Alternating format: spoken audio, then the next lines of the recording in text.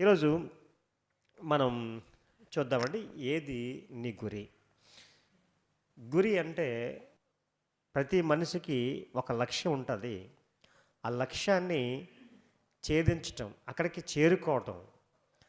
మనం ఒక లక్ష్యాన్ని కలిగి ఉన్నాము. ఆ లక్ష్యాన్ని చేరుకోవడానికి మనము కలిగి ఉన్న దాన్ని ఏమన్నారు? గురి అంటారు. బైబిల్ గ్రంథం నుంచి ఒక మాటను మనం చదివి ముందుకు వెళ్తాం. కొరింథీయులకు రాసినటువంటి మొదటి పత్రిక 9వ అధ్యాయము 26వ వచనం. కొరింథీ మొదటి పత్రిక 9వ అధ్యాయము 26వ వచనం చదవండి. కాబట్టి నేను గురి చూడని వాని వలె పరుగెత్తువాడను కాను అన్నాడండి. అంటే గురి చూడని వాని వలె పరిగెత్తువాడను కాను అన్నాడు. ఇక్కడ మనం ఆలోచన చేస్తే పౌలు గారు చెప్తున్నటువంటి మాట ఏంటంటే, గురి చూడనటువంటి వారు ఆల్రెడీ ఉన్నారు, ఆల్రెడీ పరిగెత్తుతున్నారు అన్నాడు. అంటే ఆయన తీసుకున్నటువంటి ఉదాహరణ పరుగు పందెం గురించి తీసుకున్నాడు. ఏం తీసుకున్నాడు అండి? ఈ లోకంలో నుంచి ఒక ఉదాహరణ తీసుకున్నాడు. పై వచనాలు చదివితే పరుగు పందెం గురించి చేసుకున్నాడు. మీకు ఇంకా అర్థం కావటం కోసం 24 కూడా చదువుదాం. 24, 25. పందె రంగమందు పరిగెత్తు వారందరూ పరిగెత్తుదురు కానీ ఒక్కడే బహుమానం పొందును అని మీకు తెలియదా? అటువలే మీరు బహుమానం పొందినట్లుగా పరిగెత్తుడి అన్నాడండి. అంటే ఇక్కడ యాక్చువల్గా పౌలు గారు చెప్తున్నటువంటి మాట వెనుకున్నటువంటి భావాన్ని మనం ఆలోచన చేస్తే, మనం రోడ్ల మీద పరిగెట్టాలనా, లేకపోతే ఏ గ్రౌండ్లోకి వెళ్ళి క్రైస్తవులుగా మనం అందరము ఆ పరుగు పందెంలో ఉండాలని కోరుకుంటున్నాడా, లేకపోతే ఆయన యొక్క ఆలోచన వెనుకున్నటువంటి పరమార్థం ఏమిటి అనేది మనం ఆలోచించాలి. ఏంటనేది ఒకసారి ఆలోచిద్దాం. ఇంకా ముందుకు వెళ్ళి ఒకసారి ఆలోచించేద్దాం. పౌలు గారి యొక్క వెనుకున్నటువంటి ఆయన గురి చెప్తున్నాడు. గురి లేని వాని వలె లేని చెప్తున్నాడు. ఆయన లక్ష్యం ఏంటి, ఏది సాధించాలనుకుంటున్నాడు, ఏది ఛేదించాలనుకుంటున్నాడు అనే దాని గురించి మనం ముందుకు వెళ్ళి ఒకసారి ఆలోచించేద్దాం. ఫిలిప్పీయులకు రాసిన పత్రిక, ఫిలిప్పీ పత్రిక 3వ అధ్యాయం 17వ వచనం.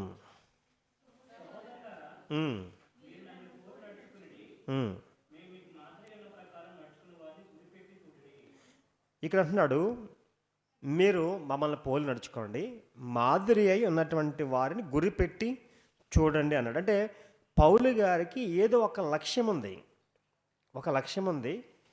అది ఒకసారి మళ్ళా కొంచెం ఇంకా ముందుకు చదువుదాము. 13వ వచనం చదువుదాం.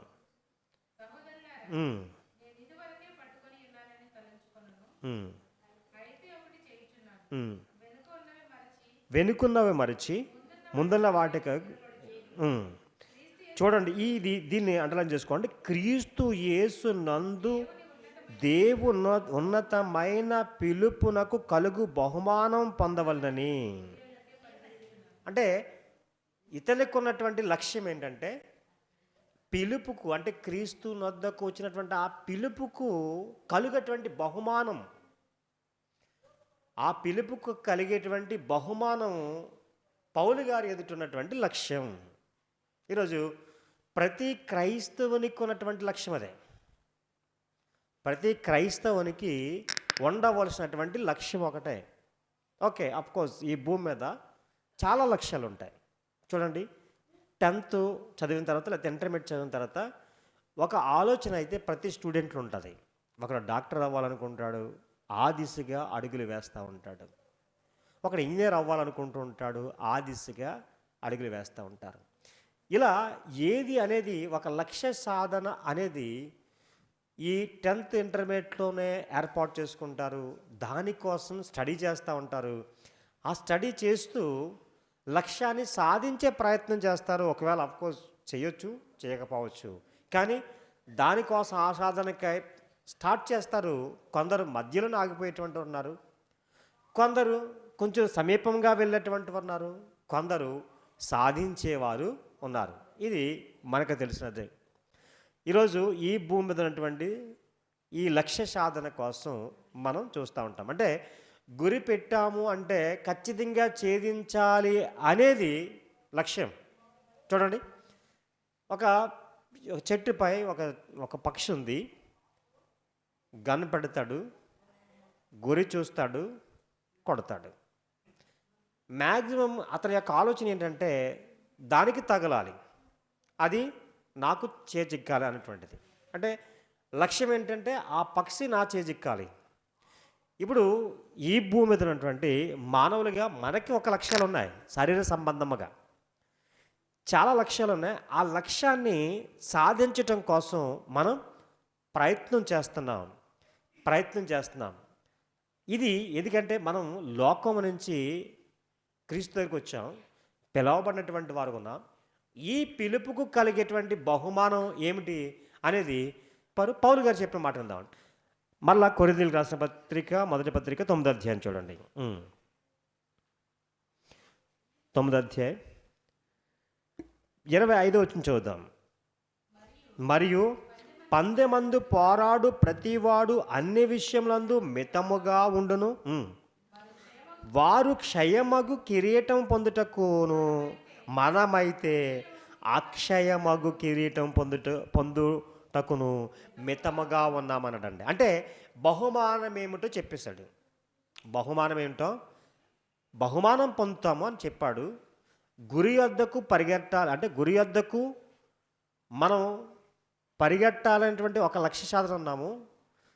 అంటే యేసుక్రీస్తులోనికి వచ్చినటువంటి మనము క్రీస్తు ఇచ్చేటువంటి బహుమానం, అంటే పిలువబడినటువంటి పిలుపుకు కలిగినటువంటి బహుమానము కోసం ఎదురు చూస్తున్నాము.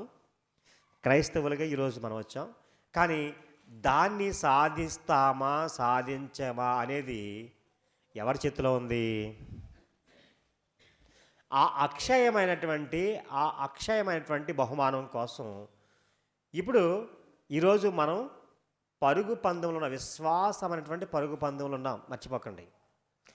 ఈరోజు లోకములో పరుగు పందెం ఉందట, దానిలో గెలిచినటువంటి వారికి క్షయమగు కిరీటం ఉందట.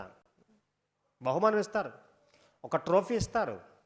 ఆ పరుగు పందెంలో అయితే ఏంటి, క్రికెట్లో అయితే ఏంటి, అది వరల్డ్ కప్లో అంటే ఒక దేశమే గెలుతుంది, ఒకరు విన్ అవుతారు, విజేతలు నిలబడతారు. కానీ ఈరోజు దేవుని పిల్లలాగా మనకున్నటువంటి లక్ష్య సాధన ఏదైతే ఉందో, అది గురి మనం కలిగి ఉన్నాము, దాన్ని పొందుతామా? ఎప్పుడైనా మనం ఆలోచన చేసామా? పిలువబడినటువంటి పిలుపుకు నాకు కలిగినటువంటి బహుమానము కొరకు ఆయన గురి వద్దకు పరిగెత్తాడట పౌలు గారు. ఇప్పుడు ఆ లక్ష్య సాధనలో ఆయన చేసినటువంటి కొన్ని పనులు ఉన్నాయి. ఏం చేశాడు పౌలు గారు అనేది ఆలోచన చేసి మన జీవితంలో వాటిని, అంటే పౌలు గారు ఎలాగైతే మరి చేశారో లక్ష్య సాధన కోసం ఏ ప్రయాసపడ్డాడో మనం అలా పడుతున్నాం అనేది క్వశ్చన్ వేసుకుని మన విశ్వాస సంబంధమైనటువంటి పరుగు పందెంలో అక్షయమైనటువంటి కిరీటం పొందటానికి మనం పరుగెడుతున్నామని ఎరిగి ఎటువంటి మరి జాగ్రత్తలు తీసుకోవాలి అనేవి కూడా చెప్పడం జరిగింది. ఒకసారి మళ్ళా వెనక్కి వెళ్ళి ఆ మాటను చూద్దాం. పిలిపిలికి రాసిన పత్రిక 3వ అధ్యాయం 7వ వచనం భాగాన్ని చూద్దాం. అయినను ఏవేవి నాకు లాభకరములై ఉండెనో వాటిని క్రీస్తు నిమిత్తము నష్టముగా ఎంచుకుంటున్నాడు. ఫస్ట్ పాయింట్ ఆలోచన చేయండి.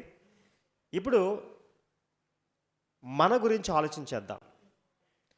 మనకి లాభకరమైనది క్రీస్తు గురించి నష్టముగా ఎంచుకోగలుగుతున్నామా?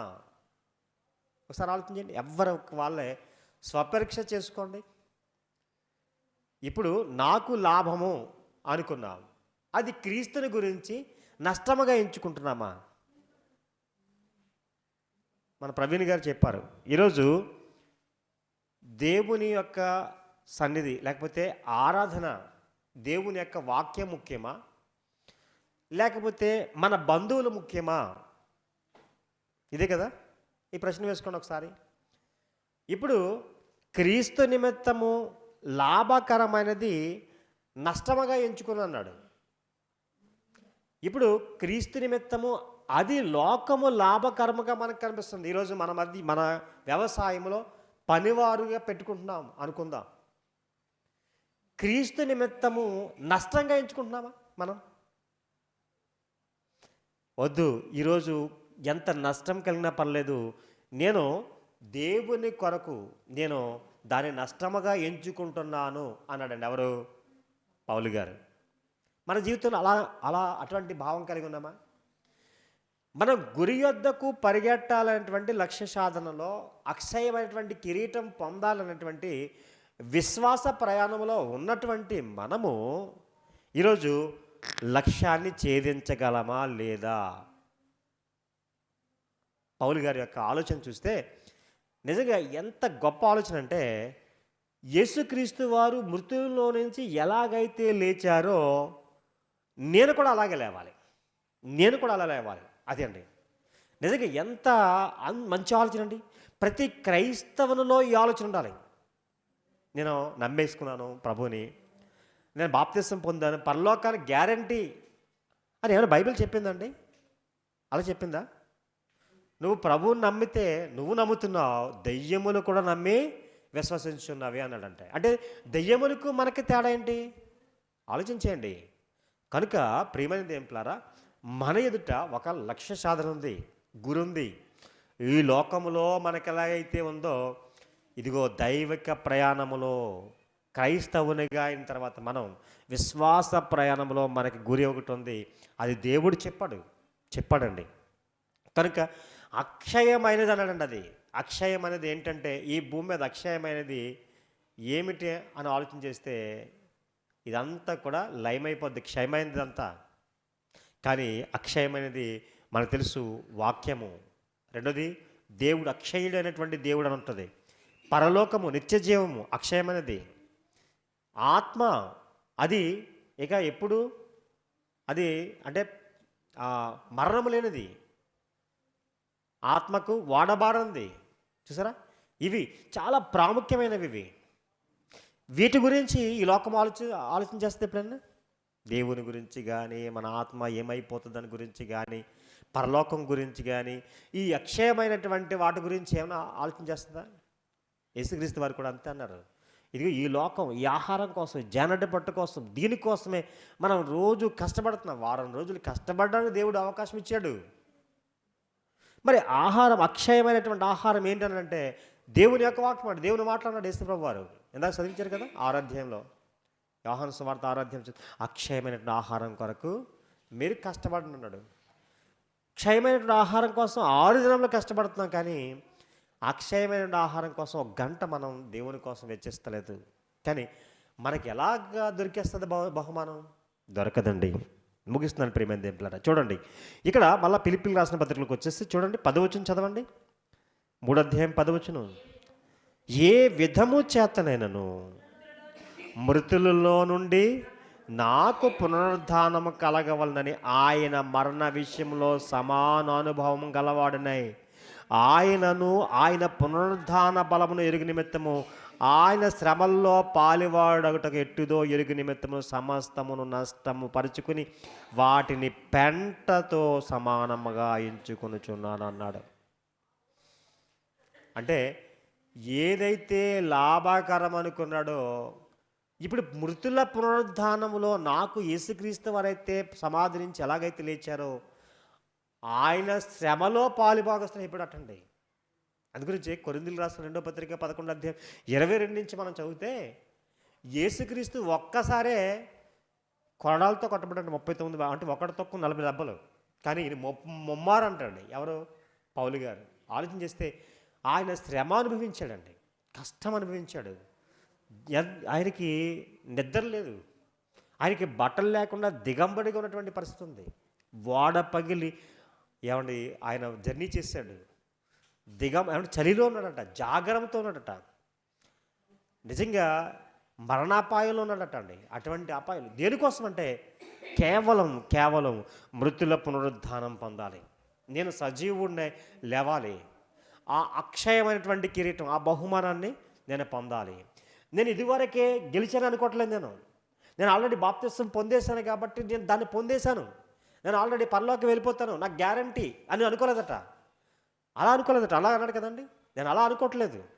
ఇదివరకే నేను దాన్ని పొందానని అనుకోవట్లేదు. ఈరోజు ప్రతి క్రైస్తవుడు అనుకోవాలి. ఈరోజు నాకు పరలోకం వచ్చింది కాదు, క్రీస్తు ప్రభు వారి రాకడ వరకు, మన మరణం వరకు చాలా నమ్మకంగా ఉండాలండి. చాలా నమ్మకంగా ఉండాలి. ఈ లోకం కోసం కాదు, దేవుని కోసం బ్రతకాలంటే ఆతృత మనలో ఉండాలి. వాక్యం కొరకు బ్రతకాలని ఆతృత ఉండాలి. వాక్యం అంటే ఆసక్తి మనలో వచ్చేయాలండి. దేవుడు అంటే ఆసక్తి వచ్చేయాలండి. దేవుని కొరకు బ్రతకాలి. ఏ విధము చేతనైనా అన్నాడండి. మృతుల పునరుద్ధానం నాకు కలగాలి, అదే అండి ఆశ, పౌలు గారి యొక్క ఆశ. కనుక అక్షయమైనది వాడవాడని అంటాడు పేతురు గారు. దాన్ని పొందాలని మనం. కనుక మనం ఈరోజు మన విశ్వాస జీవితంలో మన గురి, లక్ష్యం పరలోకం. రెండోది ఈ లోకం కాదు. రెండోది యేసుక్రీస్తు వారు. ఎవరండి? యేసుక్రీస్తు వారు. యేసుక్రీస్తు వారు అండి. హెబ్రీయులకు రాసిన పత్రిక 12వ అధ్యాయంలో చూస్తాం. ఎంత గొప్ప సాక్ష్య సమూహం మనలను మేఘం వలె ఆవరించనందున, ఏమండి, ప్రతి భారమును సులువుగా చిక్కులు పెట్టు, ప్రతి భారం విడిచిపెట్టి విశ్వాసమును కర్తయు దాన్ని కొనసాగించువాడైన యేసు వైపు చూచుచు మన ఎదుట ఉన్నటువంటి పందెముల ఓపికతో పరిగెద్దామంటాడు. అంటే మన ఎదుట ఉన్నదట ఇది పందెం. ఈరోజు మన లక్ష్యం, గురి వద్దకు వెళ్తున్నాం, పరిగెడుతున్నాం.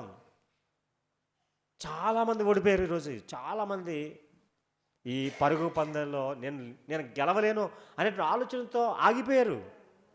విశ్వాస ప్రయాణాన్ని కొనసాగించలేదు, ఆగిపోయారు. ప్రేమ దేవుళ్ళు ఆగిపోయారండి. పర్వాలేదులే అనుకుంటున్నారు. ఒక పందెంలో అలా అనుకుంటాడా ఎవరైనా? అనుకోడు. చివరి వరకు పరిగెడుతూ ఉంటాడండి. పరిగెడుతూ ఉంటాడు. ఎలా అంటే బహుమానం పొందాలని ఈ భూమి మీద. మరి మన విశ్వాస జీవితం ఏదో చిన్న సమస్యకు, లేకపోతే చిన్న ఏదో ప్రాబ్లంకి దేవునికి దూరం అయిపోతామా? దేవుని యొక్క వాక్యానికి దూరం అయిపోతామా? దేవుని సన్నిధికి దూరం అయిపోతామా? ఆలోచించండి. అంటే మనం కోల్పోతున్నాం. మనం పొందవలసినటువంటి ఆ లక్ష్యాన్ని సాధించలేకపోతున్నామని ఎప్పుడైనా ఆలోచన చేశారా? మనం ఆలోచన చేసుకోవాల్సినటువంటి వారికి ఉన్నాం. కనుక మరి కేవలం ప్రభుని నమ్మమని కాదు, మనం నమ్మినటువంటి దేవుడు చెప్పాడు నిత్య జీవం ఇస్తామని. దాన్ని పొందాలి. దాని గురించే పౌలు గారు ఈ విషయాలు మనకు జ్ఞాపకం చేశాడు. మరి ఇంతవరకు ఓపికతో దేవుని యొక్క మాటలు విన్నటువంటి మీ అందరికీ నా హృదయపూర్వక వందనాలు తెలియజేస్తున్నాను. నన్ను నేను హెచ్చరించుకుని మిమ్మల్ని హెచ్చరిస్తూ మాటలు ముగిస్తున్నాను. God bless you.